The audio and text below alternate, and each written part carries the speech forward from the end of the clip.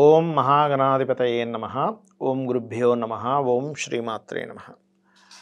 అరుణాం కరుణాతరంగితాక్షీం ధృతపాశాంకుశపుష్పబాణచాపాం అనిమాదిభిరావృతాం మయూకైః అహమిత్యేవ విభావయే భవానీం. శ్రీమాత్రే నమః.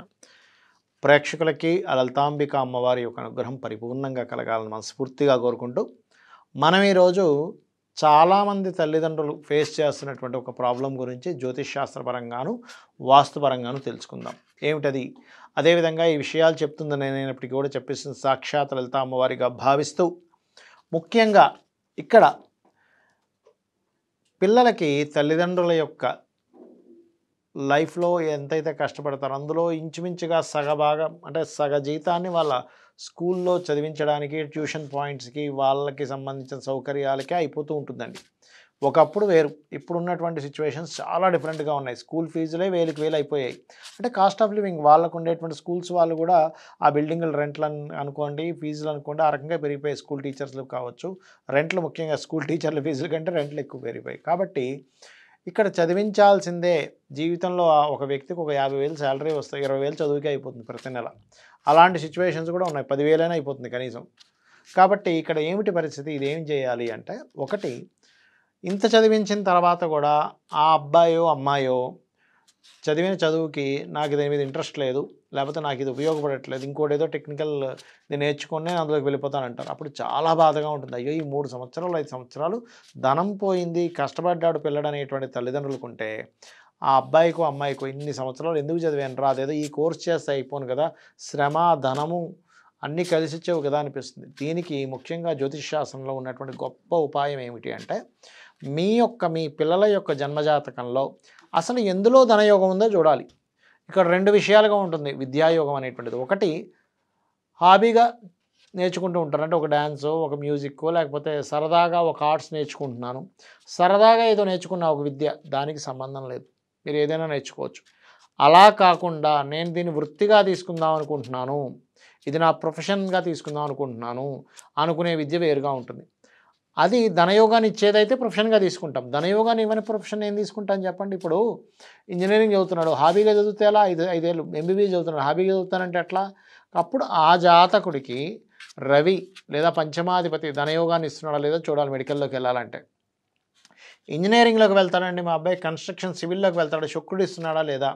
లేదంటే మెషినరీస్ డిజైనింగ్ చేస్తున్నాడు, కుజుడు ఇస్తున్నాడు లేదా? లేదా కొంతమంది అంటారు, ఏమండి మా అబ్బాయి స్పోర్ట్స్లోకి వెళ్ళాలండి, ఎలా ఉంటుంది అంటే అప్పుడు కుజుడు ఇవ్వాలి. అలాగే లేదండి మా అబ్బాయి బట్టల వ్యాపారము, నేను ఎలాగో బట్టల వ్యాపారంలో ఉన్నాను, మా అబ్బాయిని కూడా తీసుకెళ్దాం అనుకుంటున్నా, అప్పుడు ఎంబీఏ చేయిస్తాను. లేకపోతే ఆ బట్టలకు సంబంధించిన దాంట్లో అంటే శుక్రుడు చంద్రుడు బలంగా ఉండే లగ్జరీ ఐటమ్స్ సంబంధించినవి ఏమైనా ఉంటే శుక్రుడు చంద్రుడు లేదా చంద్రుడు ఆ రకంగా చూసుకోవాలి.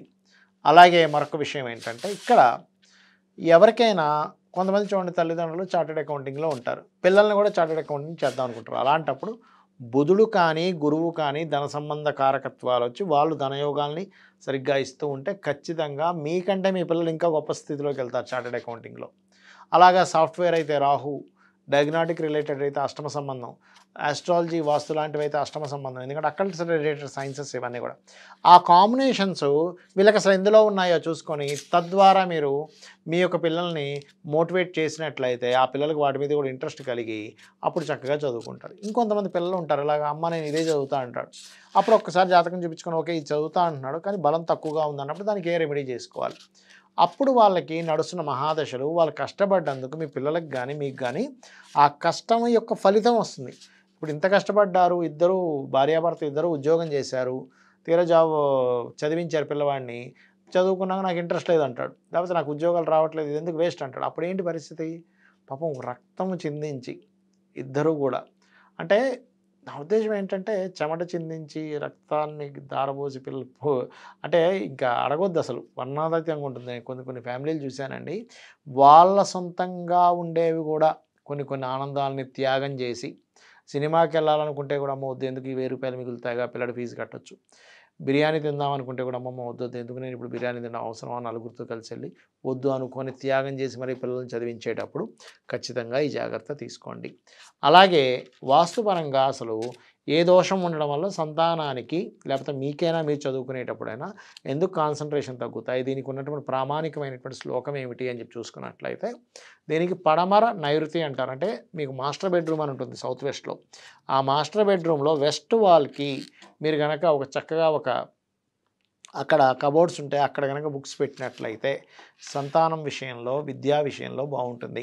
అంటే మీ యొక్క సంతానం విద్య మీద కాన్సన్ట్రేషన్ చేస్తుంది. ఏమిటండి దీనికి ప్రామాణికం అంటే విశ్వకర్మ ప్రకాశిక అనేటువంటి గ్రంథంలో పడమర నైరుత్యో మృదయే విద్యాభ్యాస మందిరం అని చెప్పడం జరిగింది. అంటే పడమర నైరుతిలో విద్యాభ్యాస మందిరం కనుక నిర్మించుకున్నట్లయితే, అంటే అక్కడ మీరు బుక్స్ పెట్టుకోవడం అక్కడ చదవడం లాంటివి చేసినట్లయితే ఖచ్చితంగా అక్కడ సుగ్రీవ్ అనేటువంటి పదం ఆ పిల్లలకి ఆ యొక్క విద్య పట్ల ఒక ఎసెన్స్ వచ్చేలా చేయడము, వాళ్ళకి దాని మీద మంచి కాన్సన్ట్రేషన్ అవ్వడము, ఇవన్నీ జరుగుతాయి. ఇంకొంతమంది స్థిరంగా మా పిల్లలు చదువుతున్నారు కానీ స్థిరంగా ఉండట్లేదండి, 5-10 నిమిషాలు కూర్చుని మళ్ళీ లేచిపోయి అటు ఇటు తిరుగుతుంటాడు, కాన్సన్ట్రేషన్ కుదరట్లేదు అన్నప్పుడు శాస్త్రాల్లో అక్కడ మీరు నంది బొమ్మను పెట్టమని చెప్పారు అక్కడ. అలాగే అక్కడ కలర్ కూడా చూసుకున్నట్లయితే ఎల్లో ఆర్ క్రీమ్ కలర్స్ ఉండేలా చూసుకోండి.